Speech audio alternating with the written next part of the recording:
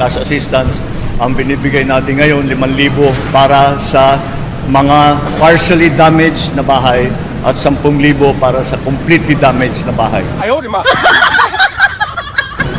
Para meron silang magamit para makapagtayo na naman sila ulit ng bahay.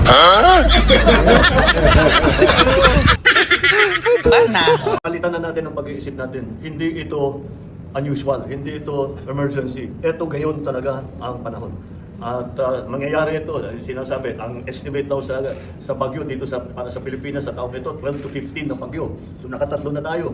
So to be conservative, ibig sabihin, 100 pa ito na dadating. Kaya huwag na nating isipin na baka magkabagyo. Huwag tayo mag-isip na ganun. Tayo kasi nung lumaki tayo, very maliwanag na maliwanag kung kailan ang typhoon season, maliwanag na maliwanag kung saan nagpapaha. Ngayon, hindi na ganun. Kaya nagbago lahat. And we have to see that pag huwag na natin sasabihin baka magkabagyo, paano na pagdating ng bagyo? Dahil darating at darating yan. That is the I just got a call from Congressman El Rey. Out of 600 barangays in Naga, 300 are fully submerged, 1,000 fully submerged, unpassable by cars, and they are in urgent need of rubber boats and 6x6 trucks to evacuate people.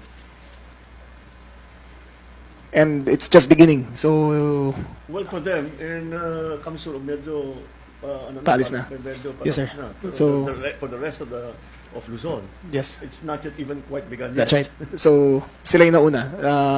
They're in his words, sir, they're in desperate need. Hindi daw kaya ng local government. It's really the flooding that we're going to have to deal with. So, anong gagawin natin?